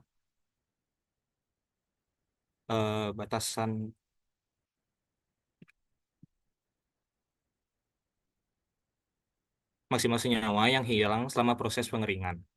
Baik, next. Kemudian uji kadar air yang bertujuan untuk membatasi kandungan air dalam ekstrak dan simplisia. Kadar air yang tinggi atau lebih dari 10% meningkatkan risiko pertumbuhan jamur yang dapat menurunkan aktivitas biologis selama penyimpanan. Adapun syarat kadar air adalah di bawah 10% untuk memastikan ekstrak telah kering sepenuhnya. Next. Kemudian kadar abu total ini mengukur jumlah mineral anorganik yang tersisa setelah pembakaran sampel untuk membantu mendeteksi bahan anorganik yang tidak diinginkan seperti debu ataupun kontaminan. Adapun kadar abu yang tinggi dapat menunjukkan adanya senyawa bahan asing. Syarat kadar abu total adalah tidak lebih dari 2,5% untuk memastikan kualitas bahan baku yang baik. Kemudian kadar abu tidak larut asam bertujuan untuk mengetahui jumlah abu yang berasal dari faktor eksternal bersumber dari pengotor yang berasal dari pasir atau tanah bersilikat. Untuk syaratnya tidak lebih dari 1%. Kemudian cemaran logam berat timbal bertujuan untuk memastikan bahwa agar kandungan timbal tidak melebihi batas yang telah ditetapkan, yaitu tidak lebih dari 20 mg per kilogram atau 20 mg per liter. Adapun untuk mengetahui kadar logam berat timbal ini menggunakan metode analisis AAS yang berprinsip pada penyerapan atau absorpsi cahaya oleh atom. Next. Kemudian cemaran logam berat kadmium memastikan kandungan kadmium tidak melebihi batas yang telah ditetapkan, yaitu tidak lebih dari 5 mg per kilogram atau 5 mg per liter. Untuk mengetahui kadar logam berat kadmium, digunakan metode analisis AAS juga untuk berprinsip pada penyerapan absorpsi cahaya oleh atom. Kemudian cemaran mikroba LT bakteri bertujuan untuk membuktikan bahwa kadar air yang melebihi batas maksimum dapat mengakibatkan tumbuhnya mikroba. Uji angka lempeng total merupakan metode kuantitatif yang digunakan untuk mengetahui jumlah mikroba pada suatu sampel. Adapun dalam PRK BPOM nomor 17 tahun 2014 diketahui bahwa persyaratan pengujian angka lempeng total pada kosmetik untuk anak di bawah 3 tahun di sekitar area mata dan membran mukosa adalah tidak lebih dari 5 kali 10⁻² koloni per gram atau koloni per mililiter. Sedangkan untuk kosmetik balik lagi. Oke, sedangkan untuk kosmetik selain untuk anak di bawah 3 tahun di sekitar area mata dan membran mukosa adalah tidak lebih dari 10⁻³ koloni per gram atau koloni per mililiter. Next. Kemudian adalah cemaran mikroba angka kapang kamir yang bertujuan untuk memberikan jaminan bahwa ekstrak tidak mengandung cemaran jamur melebihi batas yang ditetapkan. Hal ini karena cemaran dapat berpengaruh pada stabilitas ekstrak dan aflatoksin yang berbahaya bagi kesehatan. Adapun batasan cemaran mikroba angka kapang kamir kosmetika untuk anak di bawah 3 tahun, area sekitar mata dan membran mukosa adalah tidak lebih dari 5 kali 10⁻² koloni per gram atau koloni per mililiter. Sedangkan untuk batasan kosmetika selain untuk anak di bawah 3 tahun, area sekitar mata dan membran mukosa adalah tidak lebih dari 10⁻³ koloni per gram atau koloni per mililiter. Next. Baik, untuk jaminan mutu sediaan akan dijelaskan oleh teman saya. Terima kasih. Untuk jaminan mutu sediaan, yaitu stabilitas fisik dan kimia, diuji untuk memastikan bahan aktif tetap stabil selama penyimpanan. Uji stabilitas meliputi uji organoleptis, homogenitas, pH, daya sebar, dan viskositas. Produk dianggap tidak stabil jika terjadi perubahan warna, bau, bentuk, atau kontaminasi mikroba. Selain itu juga diperlukan pengujian stabilitas mikrobiologi dan pengujian efek pencerah. Uji organoleptik seperti yang sudah saya jelaskan sebelumnya. Lalu pada uji homogenitas, yaitu tidak ada butiran kasar dan bahan tidak membentuk gumpalan. Pada uji pH, gel facial wash harus memiliki pH seimbang dengan pH kulit. Selanjutnya uji daya sebar, yaitu pengujian daya sebar pada berbagai suhu untuk memastikan produk tetap stabil. Lalu uji viskositas untuk menilai tingkat kekentalan suatu sediaan. Selanjutnya adalah pengujian stabilitas biologi.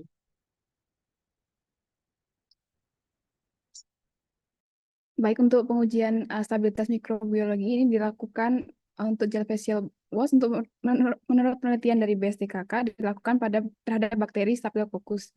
Dan untuk tahap awalnya adalah melakukan peremajaan bakteri yang selanjutnya dilanjutkan dengan pembuatan suspensi bakteri. Bisa dipercepat? Next.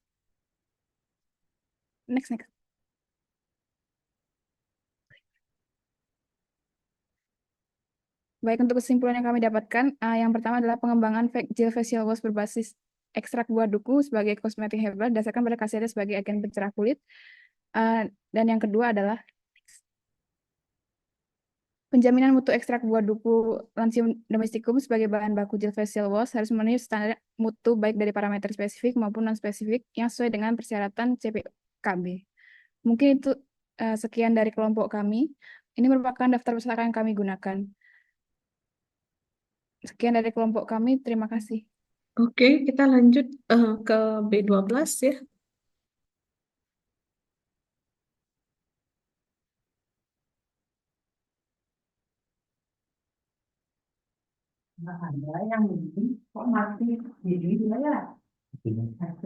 Kelompok B9, anggota kelompok kalian benar cuma 4 ya? Permisi Bu, iya benar 4 orang. Sebentar, Agung Pradnyana, Gusti Ngurah, Jessica Rianti, Aisyah, Luciana Agatha, benar ya? Benar Ibu. Untuk Megalida Agatha sudah mengundurkan diri. Oh iya, oke. Ya, mau klarifikasi itu aja. Ya, silakan kelompok B12. Baik, Ibu, selamat siang. Sebelumnya apakah suaranya dan PPT Iya, sudah terdengar. Terima kasih. Saya ulangi kembali, selamat siang Ibu Ari dan teman-teman. Jadi perkenalkan kami dari kelompok B12 dengan anggota dari NIM 115 sampai 118. Di sini akan mempresentasikan terkait pengembangan dan penjaminan mutu bahan alam sebagai bahan baku exfoliating toner. Berikut merupakan beberapa tabel of content yang akan kami bahas beberapa menit ke depan.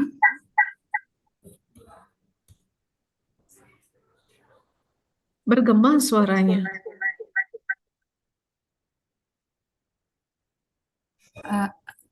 Apabila sekarang bagaimana Ibu? Apakah masih bergema? Sudah.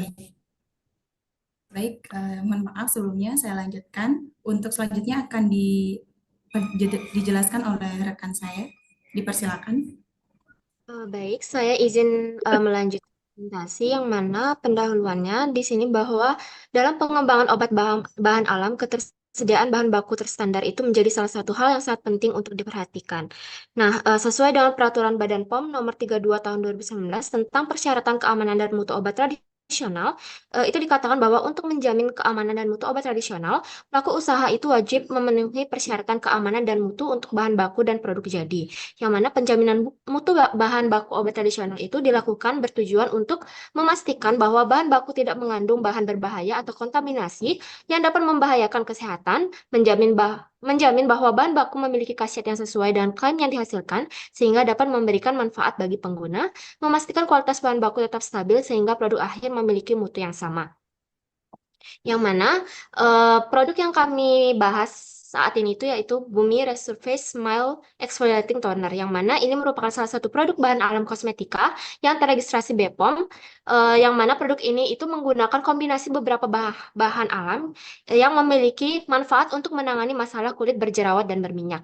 Bahan alam yang terkandung dalam produk ini yaitu terdiri dari 4 bahan, yaitu daun teh, daun lotus, Angelica Korea, dan daun jambu. Untuk selanjutnya dilanjutkan oleh rekan saya.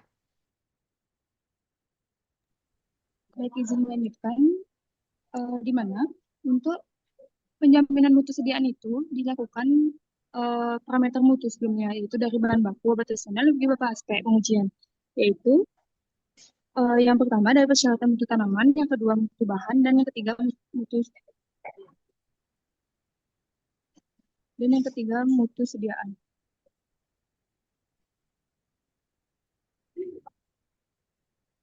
Baik, yang pertama penjaminan mutu tanaman. Penjaminan mutu tanaman dilakukan untuk memastikan bahwa hasil panen yang dihasilkan memenuhi standar kualitas yang ditetapkan. Hal ini berhubungan dengan kualitas akhir dari bahan yang akan digunakan dari tanaman tersebut untuk memproduksi sediaan, di mana penjaminan mutu tanaman dilakukan dengan memastikan mutu atau kualitas tanaman dengan memperhatikan hal-hal yang harus dalam pembudidayaan tanaman, panen, dan pasca panen. Jika semua aspek tersebut sudah dipenuhi, maka tanaman akan menghasilkan bahan baku yang berkualitas baik. Bisa di-start sebelumnya, Mam?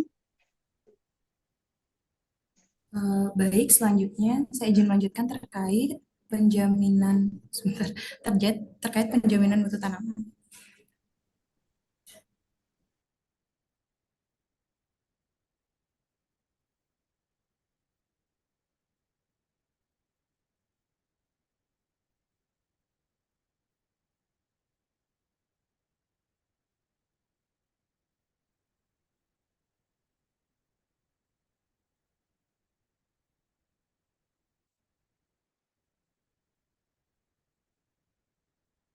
Baik, Ibu, mohon maaf, ternyata saya masih mute. Jadi di mana untuk penjaminan mutu tanaman, di sini budidaya tanaman obat atau tanaman yang digunakan sebagai bahan obat dan kosmetik itu dimaksudkan untuk menghasilkan simplisia yang berkualitas. Nah, di mana di sini untuk perwujudan dari penerapan cara budidaya yang baik atau Good Agriculture Practice atau GAP, itu sangat berperan penting dalam budidaya tanaman obat yang digunakan, seperti itu. Nah, di mana untuk keberhasilan budidaya tanaman ini juga perlu dukungan dari ketersediaan bibit unggul yang jelas, serta kebenaran spesies dari penjaminan mutu tanaman itu sendiri. Nah, adapun beberapa faktor yang menentukan kualitas hasil, di antara lainnya yakni ada lingkungan tempat tumbuh yang sesuai dengan teknik budidaya yang tepat terkait bahan baku sediaan yang digunakan, seperti itu. Nah, kemudian adapun teknik budidaya tanaman yang digunakan pada bahan yang terkandung pada toner yang kami bahas pada presentasi kali ini, yakni dari pembenihan, penanaman, pemeliharaan, serta penanganan pasca panen, penanganan panen dan pasca panen. Oke. Kemudian berikut merupakan beberapa persyaratan mutu dari bahan Simplicia ekstrak, mohon maaf, yang digunakan. Jadi kan di produk ini kami menggunakan bahan toner yang dimana terdiri dari 4 bahan, yakni ada daun teh, daun lotus, kemudian daun jambu biji, dan akar dari Korean Angelica. Nah, di sini kami berfokus pada 2 bahan utama, yakni daun teh dan daun jambu biji. Nah, untuk materi atau untuk studi literatur dari daun lotus serta daun Korean Angelica itu lumayan sulit karena memang untuk materinya atau studi literaturnya terbatas, seperti itu. Nah, kemudian berdasarkan dari farmakope herbal, berikut merupakan persyaratan bahan mutu Simplicia dan ekstrak dari daun teh itu sendiri, yakni dari organoleptis mikroskopik agar sari larut air, etanol, dan pelak kromatografi. Nah, berikut merupakan mikroskopis dan makroskopis dari daun teh. Kemudian berikut merupakan persyaratan mutu parameter spesifik dari daun teh itu sendiri. Kemudian lanjut, Ini merupakan persyaratan mutu bahan simplisia organoleptis makroskopik dan mikroskopik dari daun jambu. Kemudian berikut merupakan persyaratan mutu simplisia ekstrak standarisasi parameter spesifik dari daun jambu itu sendiri. Oke. Untuk selanjutnya akan dipresentasikan oleh teman saya. Terima kasih. Baiklah, selanjutnya adalah jaminan mutu dari sediaan, yang mana dalam tugas kami ini menggunakan sediaan berupa toner, yang mana jaminan mutu untuk sediaan kosmetik yang dapat dicek oleh industri itu biasanya berada pada jaminan mutu stabilitas dan juga kemungkinan aktivitas dari sediaan yang diproduksi oleh suatu industri, yang mana selanjutnya itu untuk uji pada stabilitas itu umumnya ada pengujian organoleptis, homogenitas, viskositas, pH, volume terpindahkan, yang mana disesuaikan dari kemampuan dari masing-masing industri. Yang mana untuk organoleptis itu pengujian biasanya terdiri dari tekstur, warna, dan bau dari sediaan yang telah dibuat. Yang mana sediaan toner ini secara umum memiliki aroma sesuai dengan bahan aktif yang dikandungnya, sedikit tercium alkohol dan terkadang beraroma kuat. Yang mana pada sediaan toner pada tugas kami ini belum terdapat pengujian secara signifikan yang terpublikasi. Namun dari beberapa review penggunaan toner ini, tekstur toner berbentuk cair dan tidak lengket serta tidak berwarna dan memiliki aroma tea tree oil yang kuat serta sedikit asam, yang mana aroma tea tree oil ini disebabkan oleh kandungan bahan aktif dari daun teh pada sediaan. Sehingga kemungkinan untuk syarat mutu dari aspek organoleptis melalui review pengguna dari website resmi dari segi organoleptis terpenuhi. Kemudian selanjutnya bisa di next selanjutnya itu uji homogenitas, yang mana uji ini dilakukan untuk melihat partikel tercampur atau partikel tidak tercampur dalam suatu sediaan, yang mana sediaan yang homogen dapat menghasilkan kualitas sediaan yang baik karena menunjukkan semua bahan dalam formulasi yang distribusi secara merata. Dikarenakan belum adanya publikasi dari uji homogenitas pada sediaan toner ini, maka homogenitas dilihat dari review yang ada pada website resmi dan tidak ada komplain atau keluhan dari pengguna toner, sehingga kemungkinan homogenitas dari sediaan ini terjamin. Selanjutnya yaitu uji viskositas. Uji viskositas dilakukan untuk mengetahui tingkat kekentalan dalam suatu sediaan, yang mana penurunan atau peningkatan nilai viskositas ini dapat disebabkan karena adanya perubahan struktur polimer basis sediaan yang lebih renggang atau lebih rapat akibat adanya perubahan suhu maupun udara yang bersentuhan langsung dengan sediaan, yang mana uji viskositas ini bisa menggunakan alat untuk mengukurnya. Dan untuk sediaan toner ini belum dapat disimpulkan apakah memenuhi mutu dari viskositas karena pengujian memerlukan alat dan terhitung kuantitasnya. Selanjutnya itu ada uji pH. Uji pH dilakukan untuk mengetahui tingkat keasaman atau kebasaan dalam suatu sediaan. Standar pH untuk kulit adalah 4,5 sampai 6,5 dengan pengukuran menggunakan pH meter. Untuk toner ini sendiri dengan kami melakukan review pada jurnal yang memiliki bahan yang serupa untuk pembuatan dari sediaan toner, itu dari penelitian Mardia dan Rosalina, itu menghasilkan pH sediaan toner dari campuran daun teh dan juga daun pegagan dengan pH 6,5, yang mana pH ini merupakan pH yang sesuai dengan pH sediaan kulit dan memiliki homogenitas yang bagus. Kemudian selanjutnya yaitu uji volume terpindahkan, yang mana tujuan dari uji ini adalah untuk memastikan konsistensi dan efektivitas dari produk. Uji ini dapat membantu menentukan seberapa baik toner dapat menyebar dan menempel pada kulit yang berpengaruh pada penyerapan bahan aktif. Sebaiknya sediaan toner tidak terlalu banyak mengalami pengurangan volume karena bentuk sediaan cair dan tidak kental, sehingga seharusnya sediaan tidak bersifat lengket.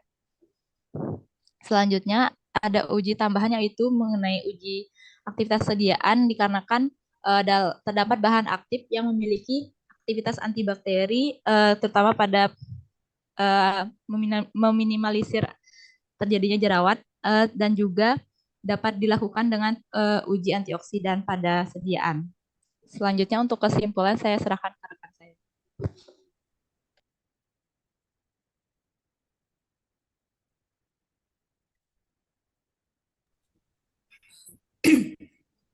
Baik, untuk kesimpulan, jadi produk kosmetik dari Surface Mild Exfoliating Toner dari Bumi ini mengandung bahan aktif utama seperti daun teh, daun jambu, yang dikenal memiliki potensi yang baik sebagai toner seperti itu. Nah, di mana penjaminan mutu produk ini dilakukan secara menyeluruh, mulai dari tahap budidaya tanaman hingga penjaminan bahan baku seperti Simplicia yang telah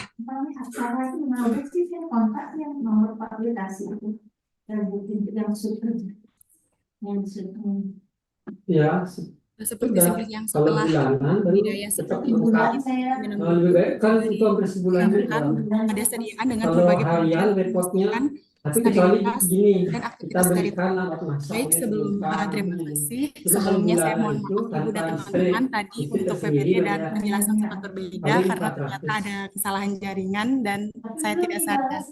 Sekian presentasi dari kelompok kami. Terima kasih.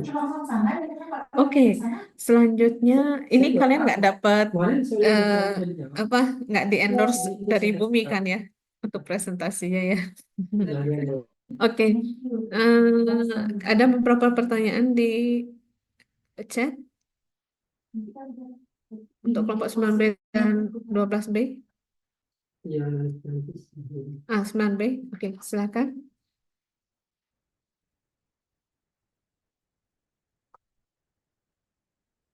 Untuk 12B belum ada, tapi kalian bisa ikut berpartisipasi menjawab pertanyaan yang ada di kolom chat yang topiknya adalah kosmetik.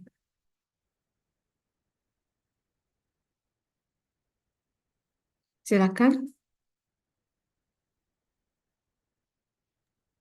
Selamat siang, Ibu. Mhm.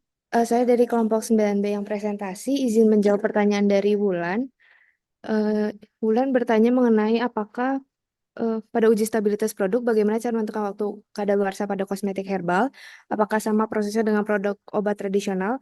Karena uji stabilitas ini belum disinggung pada kelompok 9B, maka saya izin menjawab. Jadi untuk menentukan waktu kadaluarsa pada kosmetik itu secara garis besar sama dengan obat tradisional, yaitu dengan cara uji stabilitas dipercepat, yaitu pengujian stabilitas dipercepat biasanya dilakukan dengan menyimpan produk pada suhu tinggi, yaitu 40 derajat kurang lebih 2 derajat dengan kelembapan relatif yang tinggi seperti 75% kurang lebih 5% selama beberapa bulan. Jadi ini memberikan indikasi awal mengenai umur simpan produk tersebut.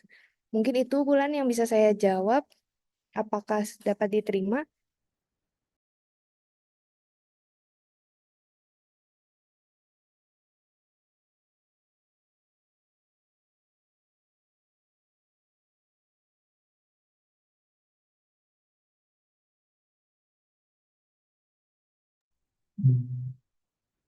Uji stabilitas dipercepat dan perhatikan climatic zone-nya Indonesia ya. Kita ada di climatic zone daerah mana? Zona berapa? Di kuliah minggu lalu kan sempat saya bahas tuh ya. Di salah satu slide. Kemudian pertanyaan yang lain dari Mahesa. Ada pertanyaan untuk kelompok 12? Nah, ini juga ada pertanyaan untuk kelompok 12. Ibu, saya dari kelompok B9. Oke. Untuk menjawab pertanyaan dari Mahesa. Untuk pertanyaannya terkait dengan uji evaluasi sediaan facial wash, di sini masih belum tercantum uji daya busa. Menurut kelompok kami, apakah diperlukan untuk uji daya busa dalam sediaan kalian? Apabila diperlukan syarat uji daya busa dalam facial wash gel. Untuk evaluasi sediaan facial wash ini memang dalam kami belum ditentukan uji daya busa karena pada sediaan yang kami gunakan itu adalah gel facial wash. Tapi secara garis umum untuk facial wash itu sebenarnya harus menggunakan uji daya busa untuk atau tingkat busa karena merupakan termasuk sabun yang jika dibandingkan dengan sabun lainnya seperti Body Shop atau yang lainnya itu memiliki busa yang lebih sedikit. Untuk melakukan cara untuk melakukan uji tingkat busa ini adalah dengan melarutkan sampel dalam air pada gelas ukur, kemudian air yang digunakan itu dicatat, dan kemudian gelas ukur digoyangkan secara manual menggunakan tangan hingga 10 kali. Kemudian dari sini dilakukan pengukuran terhadap kemampuan pembentukan busa yang dihitung dari tinggi busa dan stabilitas busa yang diukur dari waktu busa itu mulai hilang gitu. Untuk syarat dari tingkat busa ini sendiri, sebentar. Untuk yang cair itu sekitar tingginya untuk basisnya adalah 30 mm begitu. Mungkin dari saya sekian. Apakah bisa dapat diterima jawaban dari kami untuk Mahesa?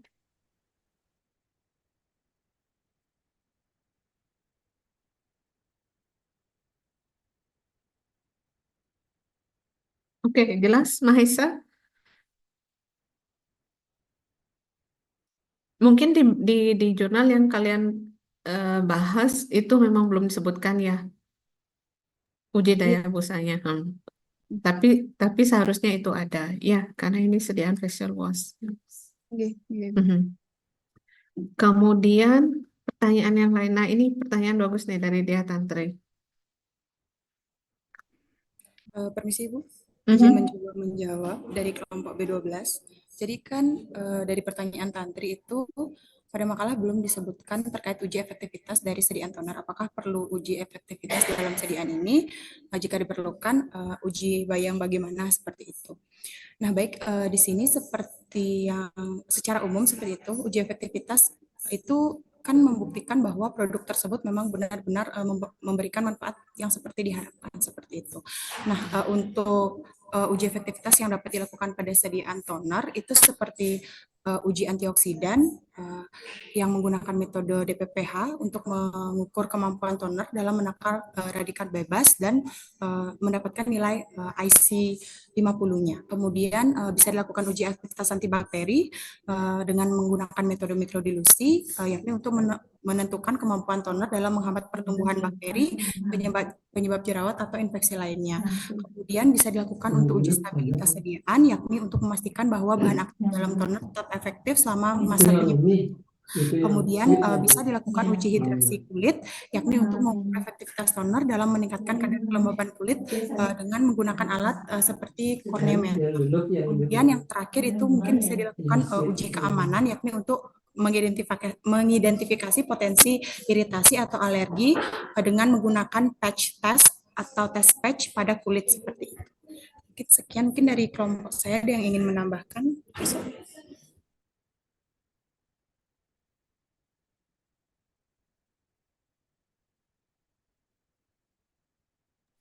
Oke, mungkin sekian yang dapat kelompok kami sampaikan.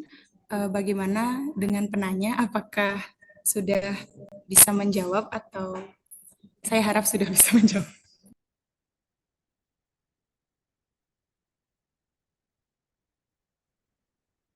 Kalau tidak salah di presentasinya itu di di presentasi kalian itu kan toner ini diklaim untuk sebagai exfoliating agent, ya kan?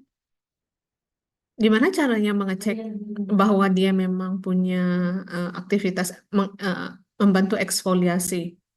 Gimana caranya mengecek? Kalau antioksidan, antibakteri oke lah ya.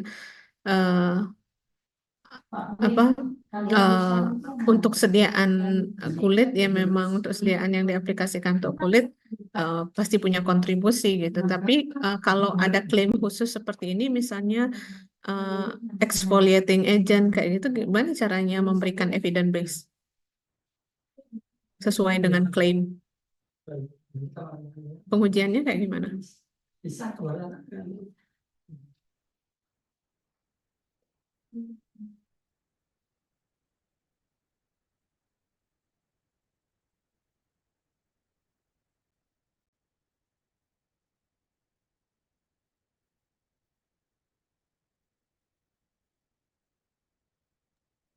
Izin mencoba menjawab, Ibu. Jadi dari segi komposisi sendiri, untuk toner dari bumi ini sendiri itu tidak hanya mengandung bahan alam yang kami jelaskan saja.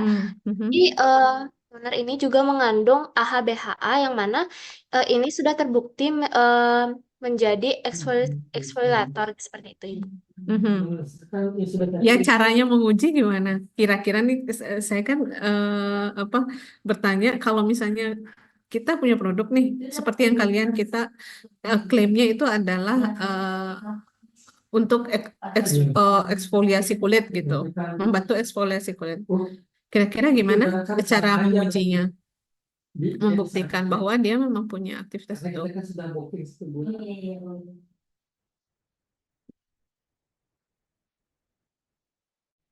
Jadi exfoliation efficacy-nya gimana caranya menguji?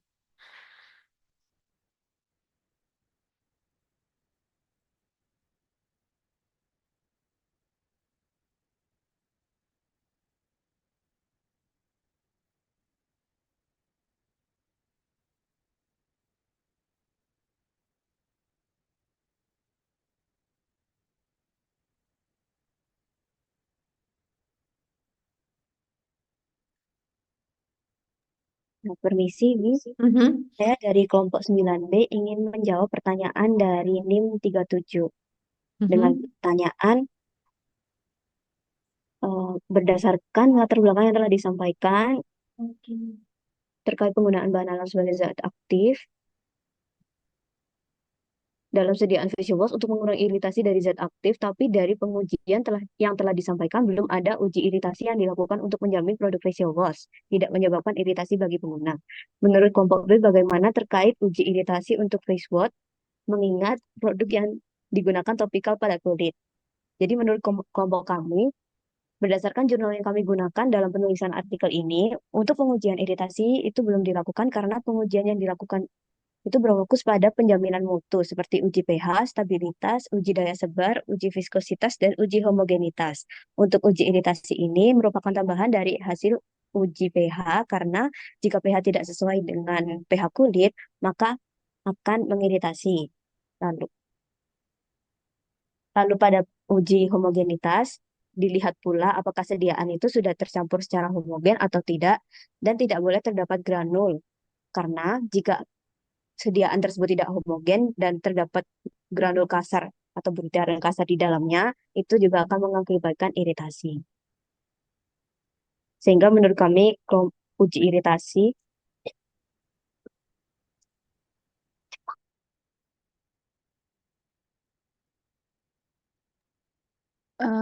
Selanjutnya saya jelaskan sedikit Ibu kalau misalnya digunakan uji iritasi itu bisa dilakukan pada sukarelawan yang dengan cara mengoleskan sediaan facial wash gel pada kulit belakang telinga. Kemudian hasil itu ditunjukkan jika negatif, jika tidak ada reaksi seperti gatal-gatal atau kulit memerah. Tetapi jika terdapat reaksi iritasi seperti kulit merah dan gatal-gatal, itu merupakan terjadi iritasi. Mungkin dari saya sekian, Ibu. Terima kasih. Apakah dari Oke. penanya sudah jelas?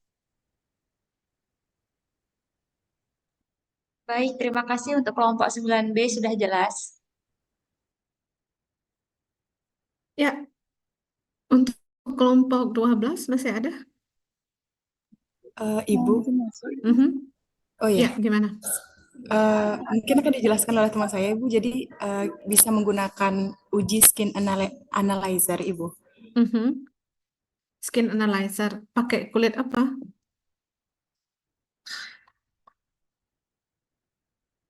Di pengujiannya gimana caranya? Apa in vitro apa in vivo?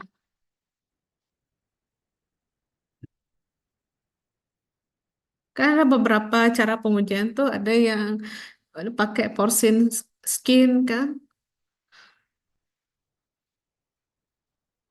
Ya coba nanti dicari ya, tapi penekanannya adalah kalau diklaim kan sekarang tuh banyak produk-produk skincare terutama yang overclaim.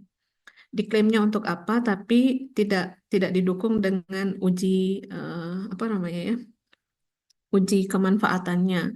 Nah, kalian kan sebagai farmasis, kalau kalian buat produk itu penting diperhatikan. Jangan hanya berfokus pada aktivitas antibakteri, antioksidan misalnya, tetapi klaim produknya adalah misalnya exfoliating apa agent atau apa gitu ya, toner dengan exfoliating activity gitu, tetapi pengujian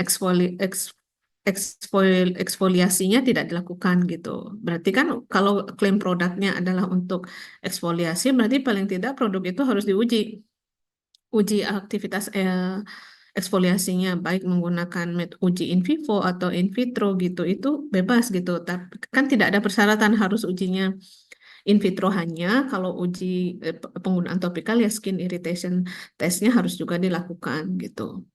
Tetapi untuk aktivitas sebagai evidence base untuk efikasinya, uji itu harus dilakukan dan harus relevan dengan klaim produknya gitu. Oke. Silahkan dicari bagaimana cara pengujiannya. Salah satunya misalnya pakai porcine skin gitu. Cara pengujiannya bagaimana, entah pakai skin analyzer atau yang lain-lain. Sudah banyak jurnalnya, silahkan nanti Anda cari ya. Oke, sampai di sini sepertinya sudah semua terjawab ya pertanyaan. Baik yang kelompok A1 tadi. Karena waktu sudah habis, kita akhiri untuk pertemuan hari ini. Ujiannya saya akan ambil dari nilai makalah Anda. Ya, selamat siang semuanya. Ibu, mohon maaf izin Iya, bertanya. gimana?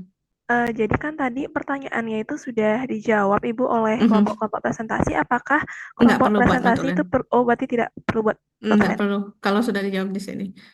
Dan ada yang juga tadi udah dijawab langsung ya. Jadi kalau udah dijawab di sini nggak usah lagi. Saya udah lihat, udah perhatikan di chat box. Oh, Oke? baik Ibu. Ya, terima kasih semuanya. Siang. Selamat siang Ibu. Terima kasih, Bu. Selamat siang. Recording stop.